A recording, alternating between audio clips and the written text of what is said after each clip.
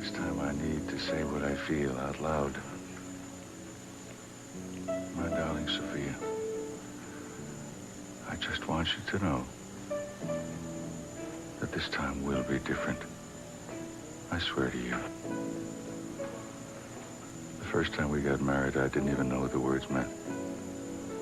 It was just something you say when you get married. I repeated what the minister told me to repeat. I kept on thinking how pretty you were. Second time I said the words, and I said, I got it knocked now. I've got someone who's the answer to all my problems. Of course, that couldn't work. This time, I'm just going to be one human being trying to get through life with another human being. I'm going to ease up. And don't you all laugh.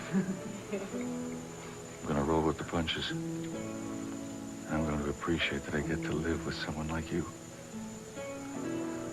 No one has to hit me on the head anymore. I know I've got something great and wonderful. I'm not going to mess it up. And you're still so damn pretty. Sophia? Top that, huh? Weddings are usually at the end of the movie. The end. And the girls all, you know, plan the wedding and don't really ever think about after that. Now, I'm not going to pretend that I found this dress in the back of my closet, or I didn't place every flower myself in this room. I love weddings, particularly when they're my own. But this past week, I wasn't really fantasizing about this moment, the wedding. I was thinking about afterwards. I don't know how long afterwards, but when everything was quieted down and newness is worn off and it's just the two of us alone. And there's really nothing left to say.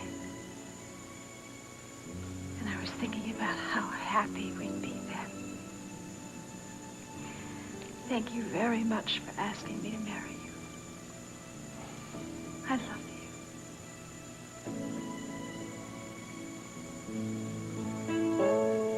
With this ring I thee wed, and with all thy worldly goods I thee endow, and thereto I plight thee my troth. Inasmuch as Sophia and Channing Creighton have consented together in wedlock, and thereto have pledged each to the other, and declared the same by the holding of hands, in accordance with the authority vested in me, I pronounce you husband and wife.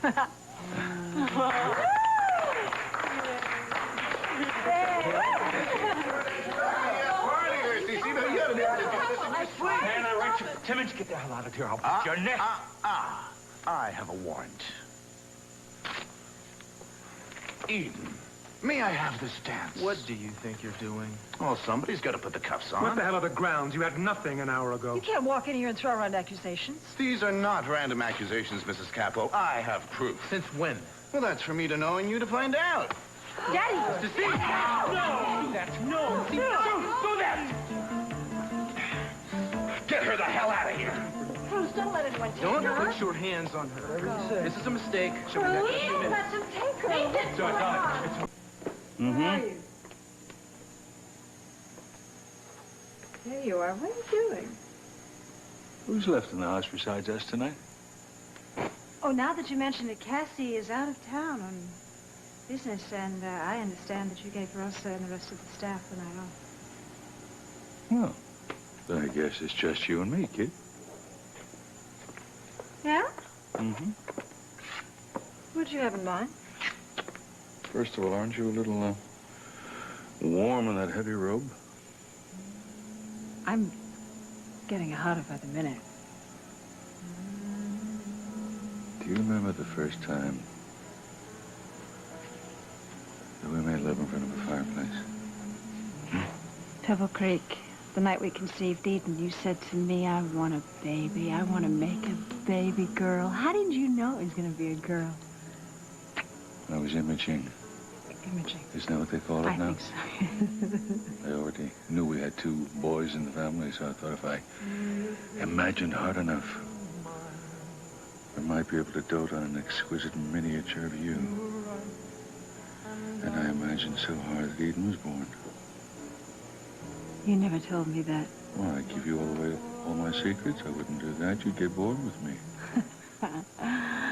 I can be a lot of things with you, but never bored. Except I'm getting real bored with this clothes you have on. Remember that night I told you that I wouldn't stop making love to you till the last ember in that fire died out. We kept putting more logs on the fire. Then we ran out of logs you threw in your nightgown. We had to quit at dawn because we ran out of things to burn. You're in luck tonight. I ordered a fresh cord this morning. Oh, yeah? Mm-hmm.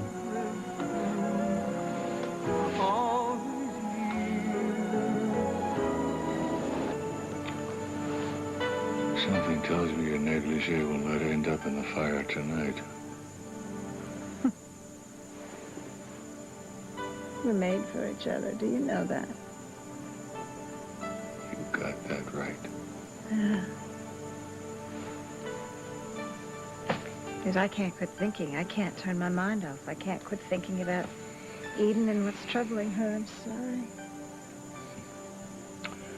Well, I was hoping to get your mind off the situation for a longer span than this. I know. It's just this gala. I mean, we never should have planned this thing.